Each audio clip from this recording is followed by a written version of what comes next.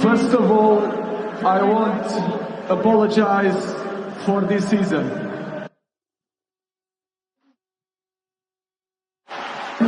And really disappointed with the team.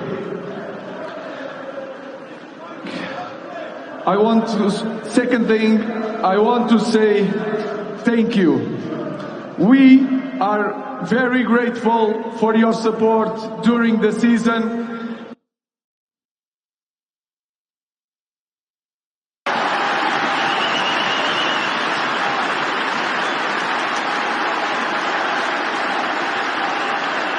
I know it was really hard to support us in many games. But now we have to make a choice. Or we stay stuck in the past because this season is in the past, is over. We fight each other,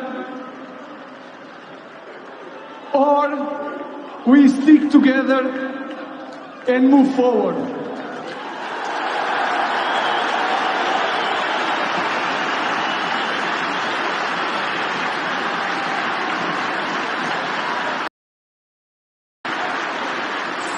Months ago, in my first 3 games in charge, with 2 victories and 1 draw, I said to you, the storm is coming. Today,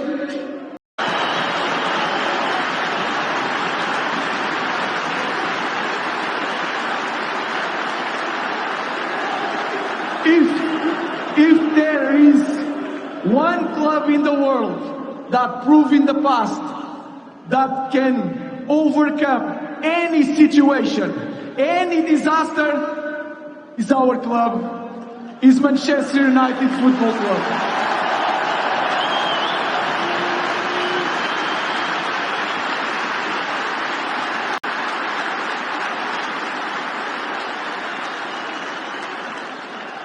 Now I want to say sorry also to my players. Sometimes I was not fair, but I tried always to be honest with you guys. Thank you very much. See you next season.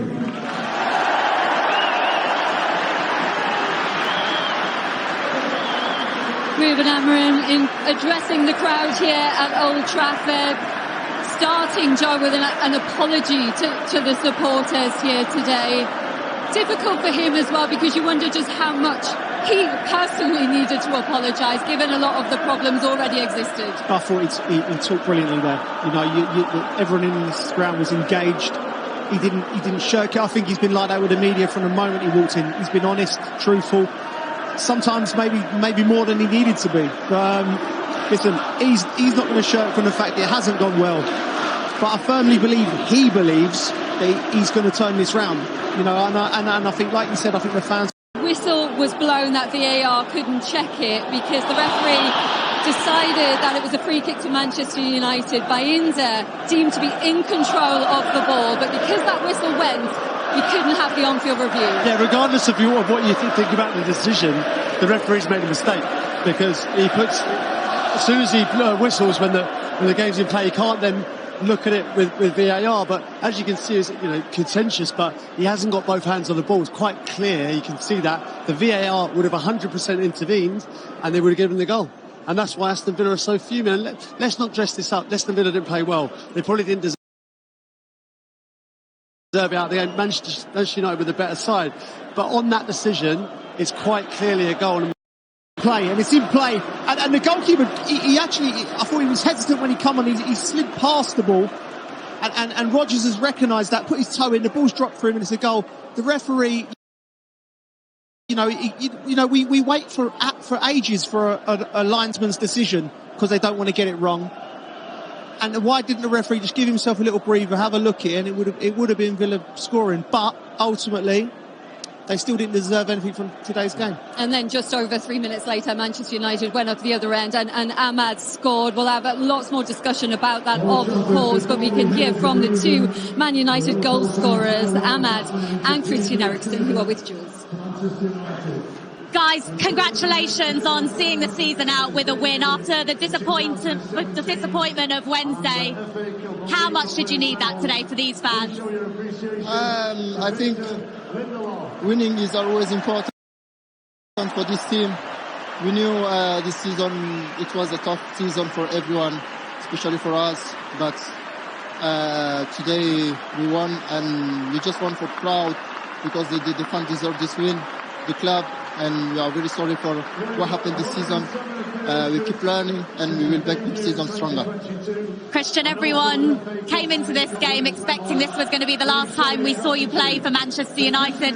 Can you confirm that that is correct? Yeah, that is correct, and I think that's also why Bruno gave me a pen. I think obviously as a nice farewell, but no, I mean you can hear it here today. Like Ahmad said, I think we did it today for the fans. You know, we had a tough season, but yeah, I'm gonna wish them all the best. It's an incredible stadium, incredible club. Yeah, I hope they'll be back on top at some point for sure. So a bit of a surprise to be taking the penalty today, but is it the perfect way to see your time out at Manchester United? Yeah, I think so. Definitely with a goal and the last half an hour here in the stadium. I mean, it's been some exciting few years been in this stadium and playing for this club. But I've enjoyed it, and I'm taking a lot of good memories with me. What next? What's next? First of all, holiday and relax, and national team, and then we'll see what the future holds. I'm still fit to play, so we'll see where. You can hear these fans in the stadium, Ahmad. How much did you want to put in a good performance for these fans, just so there's a bit of positivity going into next season? I think they deserve everything. They deserve the positivity for us. They deserve the win for us. It's a big club. We know that. We know this season was very, very hard for everyone, and even for them. But they was always here to support us. No matter what, I want to say thanks for them, and we will come back next season stronger. Well done today, guys. Thank you so much. The other results from the final day of the Premier League season. 2-0 it finished here at Old Trafford. Bournemouth beating Leicester 2-0. Manchester City won their game to qualify for the Champions League against Fulham. A brilliant overhead kick from Gundogan in that one, and Haaland also scoring. West Ham beat Ipswich 3-1 away from home. It finished 1-1 between Liverpool and Palace, but they won't care. It would have been parties all round with the champions taking on the FA Cup winners. Newcastle lost their game at home to Everton, but have still qualified for the Champions League because of Villa's defeat here today. Chelsea are in. They'll be back at European football's top table, Joe, after winning 1-0 at the City Ground. Arsenal finished second in the table, beating Southampton 2-1. Spurs lost again 4-1 against Brighton, but I think there would have been a few hangovers knocking around on that Spurs team after their celebrations. Brighton, though, winning 4-1 at the Tottenham Hotspur Stadium, and it finished 1-1 between Wolves and Brentford. And this is what it all means for the final standings. Liverpool, the 2024-25 champions with 84 points. Arsenal, the runners-up once again. And the other teams joining them in the Champions League, Manchester City, Chelsea, Newcastle, and of course Tottenham by winning the Europa League earlier this week. Aston Villa will be heading into the Europa League, and Nottingham Forest, who of course were in that top five for so many weeks, are heading into the UEFA Conference League. Manchester United end the season 15th in the table, and Spurs finish 17th. There was so much hope and belief coming into this game that you could get the job done and qualify for the Champions League. So how tough is that to take? Yeah, tough to take, especially in the circumstances. I don't think any of us in the dressing room, anyone watching the game, felt like we deserved to win. Man United deserved to win. They were a better team. They were on the front foot, missed loads of chances. But the decision is incredible. I think everyone, when VAR was implemented, if there's a try given, even if the referee's awarded it, if it's wrong, it's overturned. If it's right, the try's given. So I know it's the rule. I've seen it before a couple of times, but it's so hard to take, especially when the impact it has on us as a team and as a club is so big. So for Thomas to blow his whistle at that point it's really, really tough to take and to handle. I don't think we deserve to win the game. But at that point, you're 1 up with 20 to go. All you need is a point to get in the Champions League. It's a really costly one, and I think moving forward. Really honest reaction there from John McGinn. He admitted Manchester United deserved the win, were the better team, but really frustrated because of that disallowed goal, Joe, purely because of the fact that the review couldn't take place. So we'll never know just how significant that is, and the ramifications for Aston Villa could be huge. Yeah, the ramifications are huge, and it is significant. And we do know, we know that before VAR, referees made mistakes, and we come out. Like, I thought he's spot on there. He said when VAR's there, it's there for moments like these, big moments like these, when you want to get it right. And but is the point that's not VAR's fault? It's the referee's human fault. error. Yeah, but that's what I'm saying. That whether it's VAR or human error, this is going to happen in football, and it's horrible. Me and Crouch have both been on the end of bad decisions and things like that. But it's, at this moment now, you're smarting. If you're in the Villa dressing room, you'll feel the pain. It's like, look, and it's a gift, by the way, because they no chances.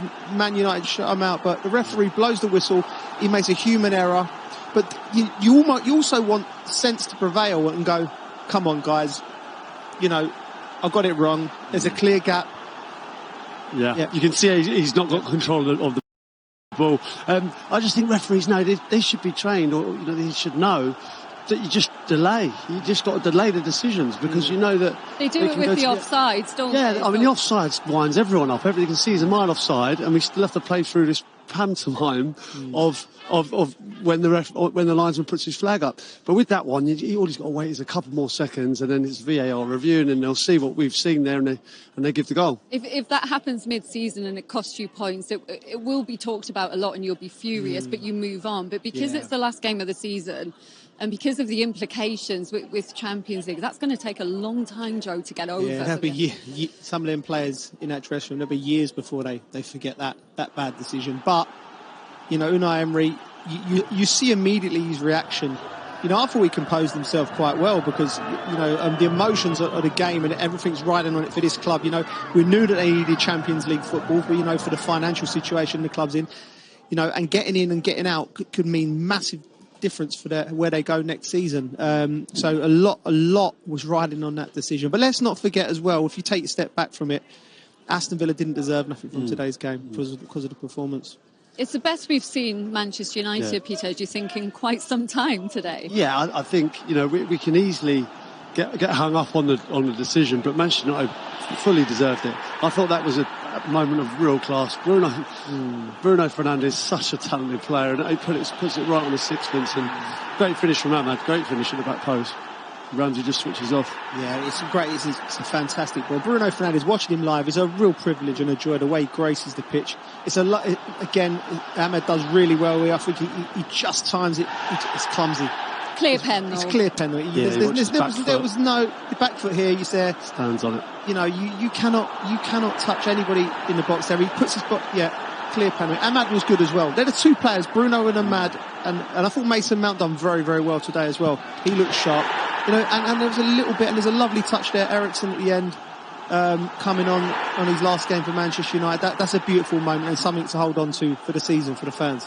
Yeah, we were right by Ruben Amorim, and he clearly wanted Christian Eriksen to step up and take that penalty. There was a shout of Johnny Evans at one stage, but I don't think he brushed that aside very quickly. But listen, Christian Eriksen is a very capable penalty taker. But I was saying to Joe, I'm not sure I didn't like it that much. It's beautiful for Christian Eriksen, but I just think if Villa go up, and if he misses that, Villa go up and score. If you're a Newcastle fan, or I think you've been fuming. We'll talk about that disallowed goal a lot, but also how costly was Emi Martinez getting sent off in that first half, Joe, because it was like a rugby tackle. It was. In moments in games, and Matty Cash undersells the goalie there. Hoyland reacts well. Martinez, I always wonder with goalkeepers when you're in that situation, you have to make a split decision. Are you gonna make the foul, or are you gonna bank on him and missing it? And I think he commits to it. He doesn't even try and disguise it, I don't think. There's no theatrics or anything like that. He has to go.